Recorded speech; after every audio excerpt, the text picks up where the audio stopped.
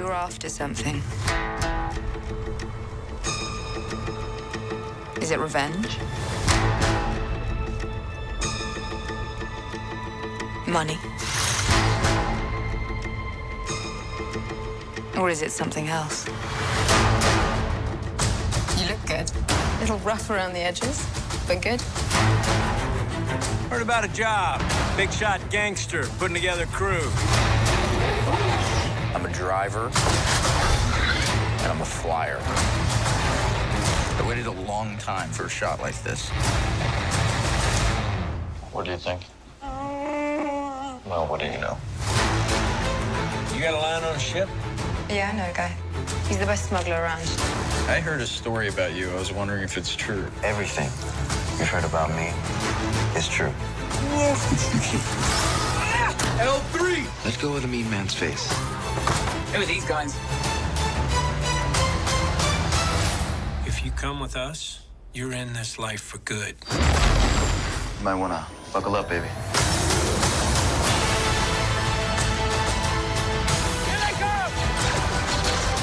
Let me give you some advice. Assume everyone will betray you, and you will never be disappointed.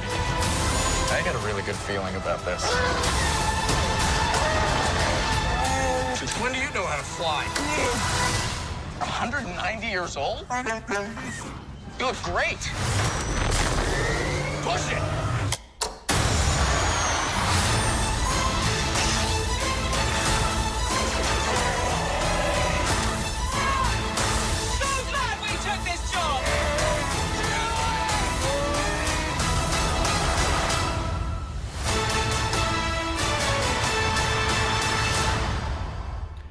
What's happening?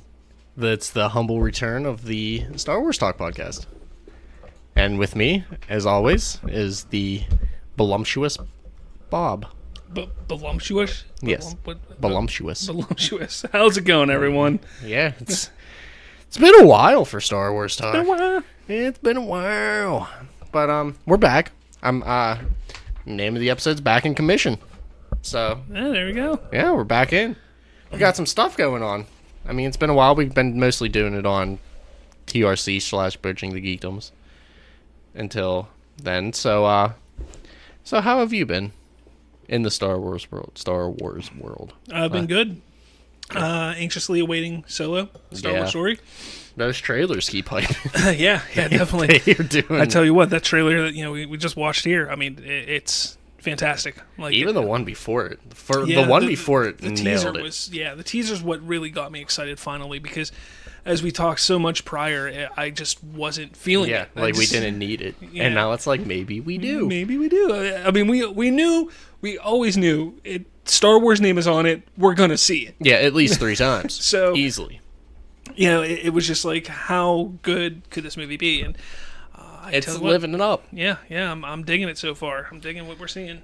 So we got some, Solo news. We got a little bit from The Last Jedi, and we got some, behind the scenes and stuff like that. So we're filling you up today, easing you back into the Star Wars world.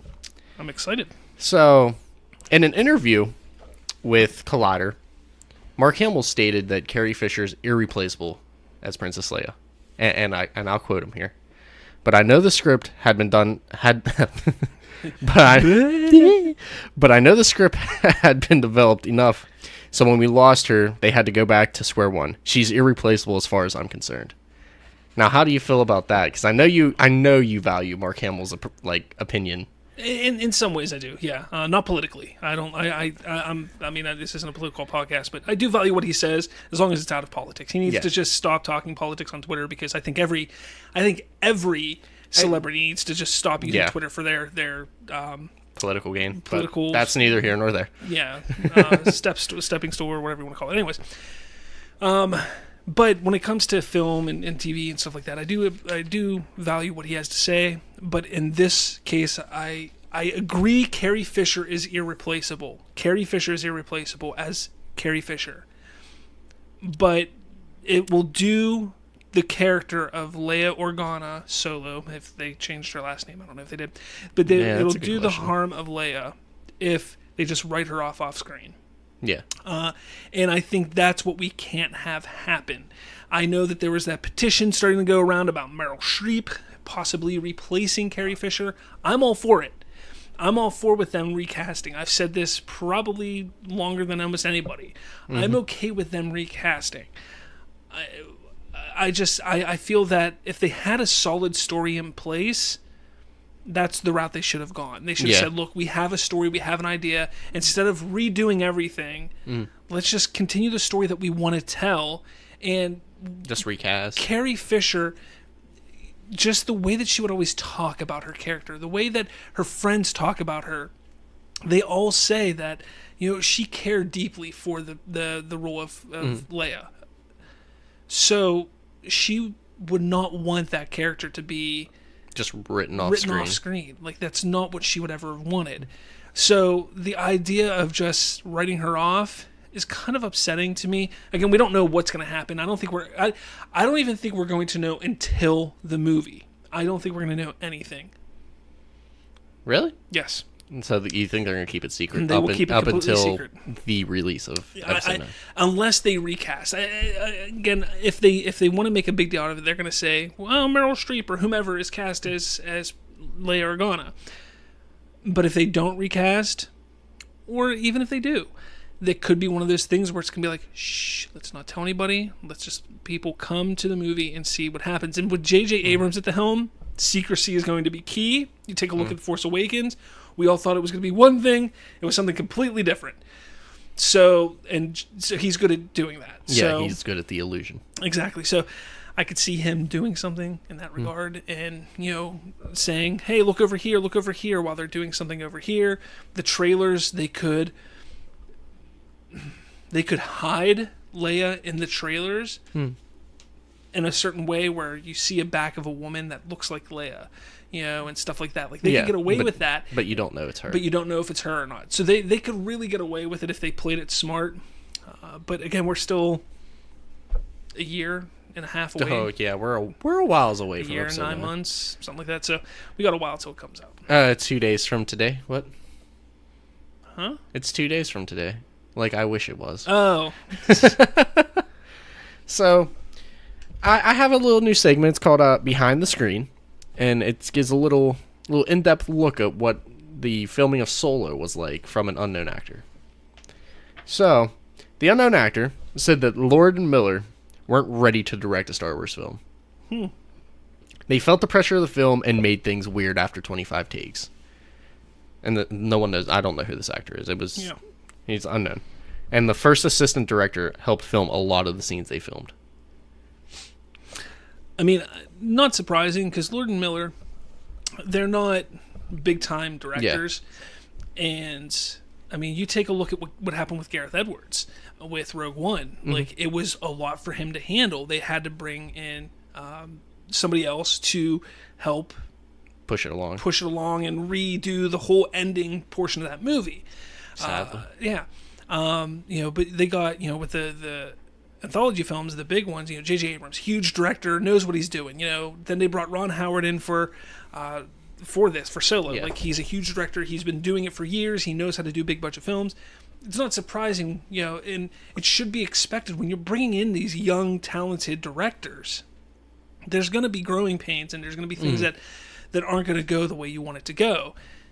I just feel when it comes to this, I just feel, and I know there's some more that you're going to talk about, but there had to have been a miscommunication with Lord Miller and Kathy Kennedy before they even started, because the way it sounds, everything we've heard, it was a mess. Yeah. And how do you let something like that should be it should be tightly packed, and should be at this point, because they started filming this after 3 Star Wars movies were filmed. You had Force Awakens, Rogue One, and The Last Jedi were all done or almost finished filming by the time this started. It should be running like a well-oiled machine, and there was just so many issues. So there was something. I don't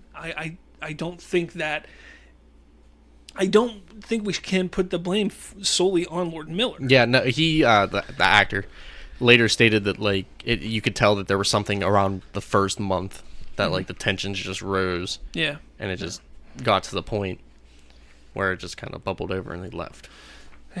But he also said, with Ron Howard coming onto the scene, Ron Howard immediately took control of the set. He was respected and got stuff done. But again, it's Ron Howard. Yeah. You know, like he's up in the echelon of Spielberg. You know, it's like Yeah. you say Ron Howard, you're like, oh shit. You know, it's Watch your profanity. oh sorry. Have to go edit that one. But no, you know, you're like, holy crap, you know, it's Ron Howard. Like, you know, Yeah. he did The Grinch. Like, come on. Of all movies, I say The Grinch. But no, I mean, he's done some great movies in his career. So What I think the most interesting thing is, it's the same script that Lord Miller wrote, using the same exact script and using some of the sets. yeah, It's not really using anything they weren't using. here's a big thing that in directing. It's just he's probably portraying it better. No, the thing with directing, and a lot of people may get this, may know this, some people may not, it's not just simply pointing a camera and saying, action, cut. It's about bringing your actors to life, making them become the characters. Because, yes, there are some actors out there, you know, Daniel Day-Lewis, Johnny Depp, and Gary Oldman, and stuff like that, who are just phenomenal actors who you can basically say, here's a script, I want you to play Winston Churchill, and boom, they grab it and they take it themselves. But then you have actors, especially young actors, Alden Ehrenreich, who may need a little directing and bringing those characters to life, and that could have been the problem. That could have been what was going on with Lord Miller. They just weren't able to bring the character out of the actors. And Ron Howard, again, being as good of a director as he is, and how long he's been around. Yeah, with the Grinch and all. You know, but with everything that he's done, like, he can do that. He can go to an actor and explain, like, this is exactly what I'm looking for, you know, and he can explain that to them, and the actor will go, oh, it may click better. You mean that. Exactly. Yeah. It may click better with someone like Ron Howard than Lord Miller. And again, not saying anything bad about Lord Miller, because maybe their vision that they saw is what was coming out of what out of the actors and what they wanted. But maybe it's not what the writer or the producers wanted. And that plays a big role into it. So, and then the one last thing he touched on was the acting coach. He said that with the acting coach, Alden's acting became more relaxed and he became more Ford-like. And he quoted saying, "The coach helped." yeah, and you can actually see that in the trailers. I think watching the trailers, you can see he's relaxed. Like, he seems more character-like. Exactly, and I'm not going to sit there. It's going to be difficult to compare him to Harrison Ford, but that's what's going to happen. Yeah, that's anything with Solo though. Yeah, but with that, I think it's one thing. Like, you have to have that demeanor, that calm demeanor, as he's saying here, to get Han Solo. Like, if you watch Star Wars, like, Han Solo is a calm. Yeah, he's a chill dude. He's very chill. Exactly, it's the best way to put it. He's chill. So he got a Wookiee as a friend. I mean, how more chill can you be? Exactly. I mean, even like I was saying in Bridging the Geekdoms, a giant dog. Yeah. But again, I think that's great, and again, I think you see that in the trailers. I think this movie, is going to surprise a lot of people for the better. You know, I think a lot of people are going in like we were talking months ago. Like, do we need this? Do we need it? I don't want to see it. You know, what the heck? But I think once people walk out of the theater, they're going to be like, wow, Ron Howard did it. Yeah, he saved the film. Yeah, definitely. But no, I figured that was a little interesting. We don't get too many behind the scene things, so you know, it's nice to get a little interview every once in a while. So on to episode 8, The Last Jedi. Ooh. We get 2 new clips with the movie's physical/digital release. One is of Luke on Act 2 contemplating his life, his decision. Yeah. And the other one's Yoda, basically. Mm-hmm. They're not very long clips. No. They're just little story things. Yeah. Again, I think if you're looking for more with Episode 8, read the book. Yeah, the novelization. That's where you're going to get a lot of the questions answered that people have been bringing up. So, along with the clips, we also get more concept art, mostly of Crate in the Battle of Crate. It's weird that if you look in some of the concept art, you could see Luke in his white attire and not the black tannish, yeah. That you see him in. He's actually in the white and he has his beard, like he was physically on Crate. Not really. In the concept art. And then something we've touched on in the other podcast, Halda's Force abilities. How do you feel about that? Yeah, I don't know. I know you don't like it. I have this weird... It's an unneeded thing. I have this weird thing with Disney. I feel that Disney owned Lucasfilm. I'm not going to say Disney. I will say Disney owned Lucasfilm. They're getting Force happy. Yeah. There's a cactus over there. Give it the Force. Yeah. And I started to notice this with Rebels. And I'm not saying that Rebels, had a whole bunch of Force issues with it, because I think they did a hell of a job with the Force aspects. You have the Bendu, you have the Loth Wolves and stuff like that in Rebels that I felt added depth and interesting things with the Force. Yeah. Better than sometimes you need that. Better than midichlorians. Yeah, I think sometimes it's not like, oh, hey, you just got midichlorians, so you're a Jedi. No, there's mystical things. But some of the things that were tough for me to understand is, one of the big things are lightsabers. Lightsabers, we know the Jedi use lightsabers. Growing up, when I was growing up, and just like, why does anybody else use lightsabers? I was always under the impression that it's because of the Force, because they have an ability to utilize the lightsaber, because it's not a weapon that a normal person can use. It's a blade of light. Like, it would have no weight to it. It's not like a sword. It's that kind of thing. Yeah, and then Han kind of destroyed that in episode 5. No, not at all. Like, Han, because he didn't know what the hell he was doing with it. Like, he was like, oh man, like poor Tauntaun. Yeah, rest in spaghetti. But it was, and then, where am I going with this? Oh, but then in Rebels, you have Sabine, who starts training with the Darksaber, which is it's like an early version of a lightsaber. I forget the mythology behind it. And it's like, because it was the first, like, one of the first Mandalorian Jedi. Yeah. It was their lightsaber. I knew it had something to do with the Mandalores, but I couldn't remember the exact lore. It's like, Sabine is not Force sensitive. She's not, but they kind of alluded that she might be or could be, and that's kind of the thing. Like, I feel that they're doing with Star Wars. It's just like the Force is all around us. Okay, it binds us. It penetrates us. It binds the world together. Like, that is Obi-Wan saying. However, we are never exactly told, is it something that everybody can tap into, or is it only certain people? And then you find out in episode 1, the midichlorian count. That is what does it. It's the midichlorians within somebody, and it's how much you're born with it. Exactly, the given gift. So it just, I think they're kind of like, you have the George Lucasfilm, and you have the Disney Lucasfilm, and they're kind of trying, like, George Lucas had one idea, and Disney's trying to rewrite it. Is like, well, we don't want to go the midichlorian route. So I just feel they're getting Force happy. Holdo possibly having Force powers or being Force sensitive, I'm not a big fan of. I don't think everybody needs to have the Force. That was one of the great things that I really liked about the prequels was, you had this Jedi Council of hundreds of Jedi, or not Council, but Jedi Order with hundreds of Jedi, but that's it. It was just hundreds. It wasn't hundreds of thousands. Yeah, and then the Sith had 2. Exactly, and that's what I like about it. If you're going to start saying, well, this person's Force sensitive, this person's Force sensitive, this person's Force sensitive, you could say anybody's Force sensitive. It loses its luster. Yeah. So that's kind of what it's like. Oh, hey, that potato's not the Force. Oh man. Nice. Along with that, you get a couple bloopers, and again with the there was that. Now the one scene. Or not the scene, the bloopers. I don't know if you saw I think you were actually the one that shared it in the Facebook group of Luke seeing Yoda for the first time. Yeah.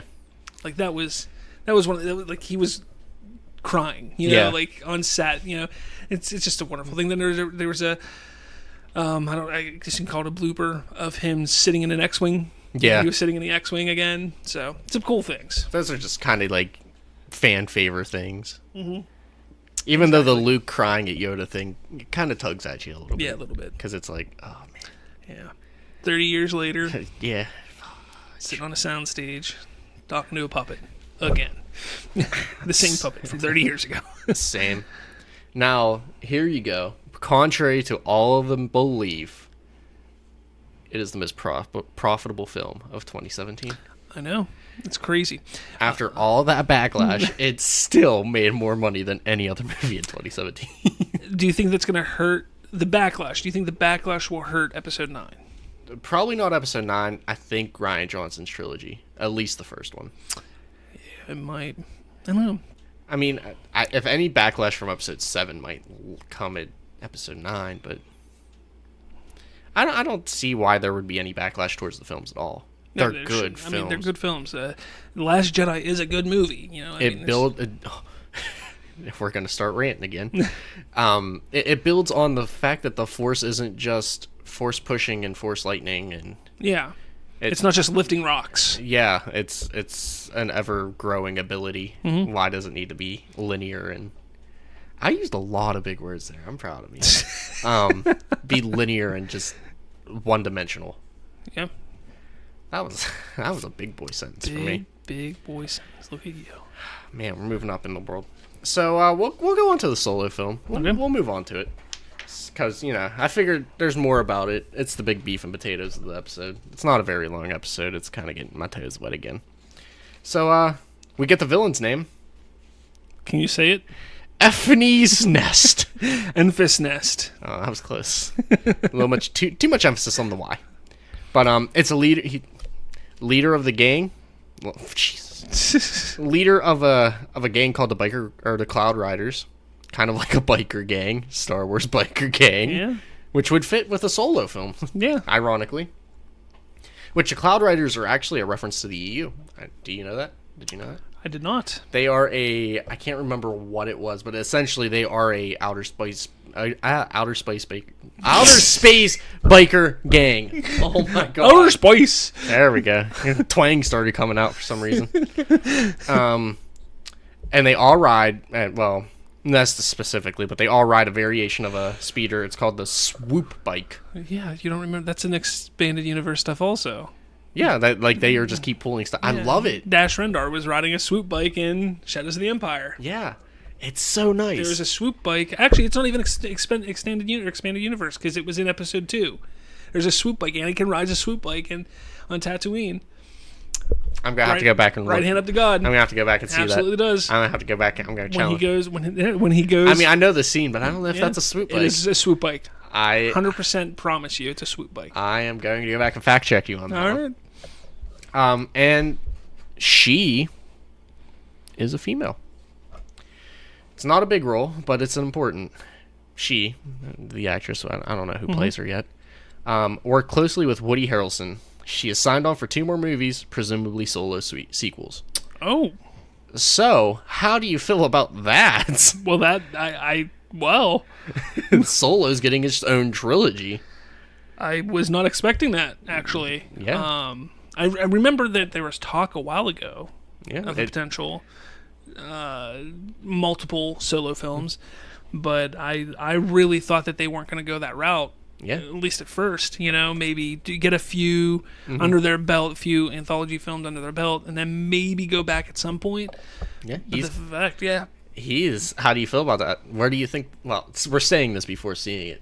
Where do you think the story can go? Well, see, there was rumor for a while that Jabba the Hutt was going to be in this movie. I don't think Jabba the Hutt's going to be in the movie. I don't think. If he is, it's a cameo. It won't be why Han Solo's in debt to Jabba. Yeah. That's not going to be in this movie. I think this movie is going to be the Kessel Run and winning the Millennium Falcon. Those are the 2 big things that are going to be in this one, and meeting Lando, but we saw that in the trailer. So I think those are the big things that are going to happen in this. The second one you think is when he's going to meet Jabba and get his debt? It's second or third, yeah. And honestly, I think it would be better if it was the third because it would lead more directly into A New Hope. Yeah. You think we'll see Boba? Anywhere in one of them, yeah. Because it would make sense, but where at? It would be the third. Actually, might make sense. Second one, he gets the debt. He incurs the debt of Jabba the Hutt. The third one, he's on the run from Boba Fett because of that debt. There you go. Look, you heard it here. Star Wars talk, guessing the Han Solo trilogy. I figured you would have heard about that. No, that's actually surprising. I didn't see that at all. Boom. That's a rare thing. But in my defense here, I am trying to go into Solo as blind as I can. I'm going to see the trailers. Obviously, the TV spots I'll see because they're on TV. But for the most part, I don't want to read too much information. Obviously, I'm going to get it from here. So yeah. But I'm spoiling you. I mean, that's partially why. Plus, this past week, I was like, hey, we're doing Star Wars talk. So I kind of just stayed away from Star Wars news. I was like, Colton's got it. Yeah, Colton did it. And I was well prepared this time, unlike the previous season. There we go. I can say season in this podcast. Yes, you can. Season 2. So there's been a new planet, Vandor. That sounds right. I don't think there's any crazy accents there. Yeah, it goes good. It sounds good. To me. And this has been confirmed by an Amazon book listing. I can't remember the name of the book, but it's a child's book. I do remember that.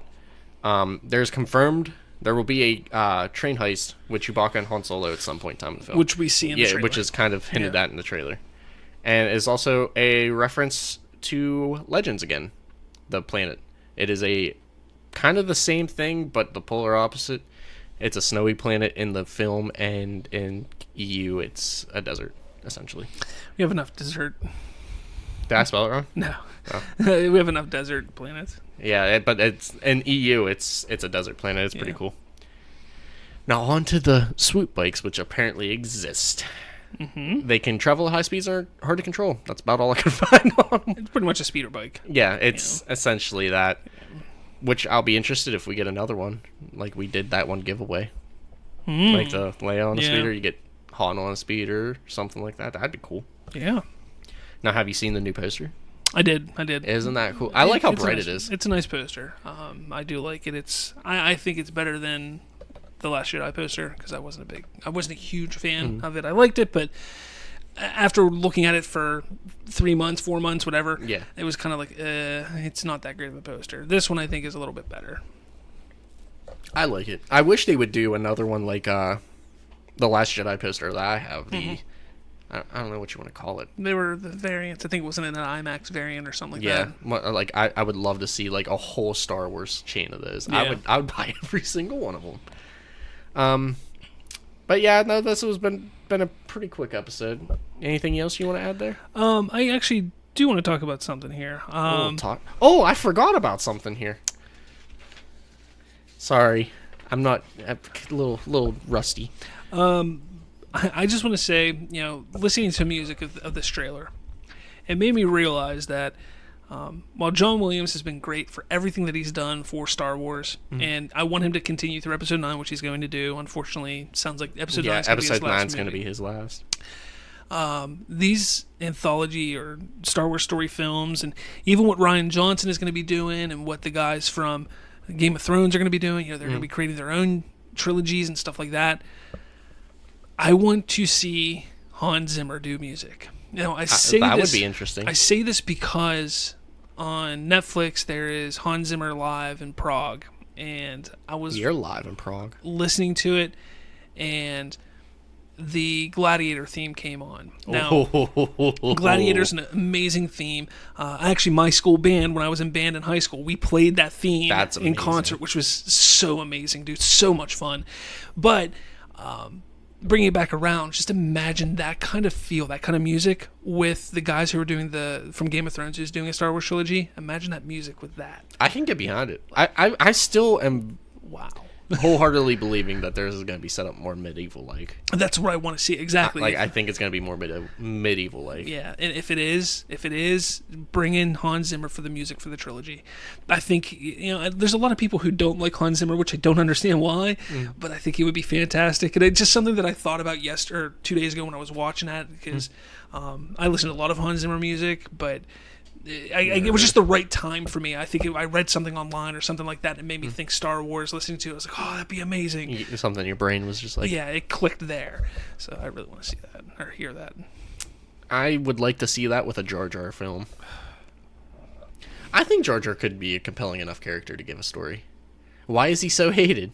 Get Kanye West to do the music for a Jar Jar film. Yes. I am a god. There's also this weird thing I saw when I was searching through stuff for the podcast. HasLab has created a $5,000 count scale replica of Jabba's sail barge. I saw. Full detail and everything. It's crazy looking. 5,000 people. Or there's only making 5,000. Yeah, I know. And it's backed by 8,800 people last time I looked. That is so sad for those 3,804 people. Yeah, I know.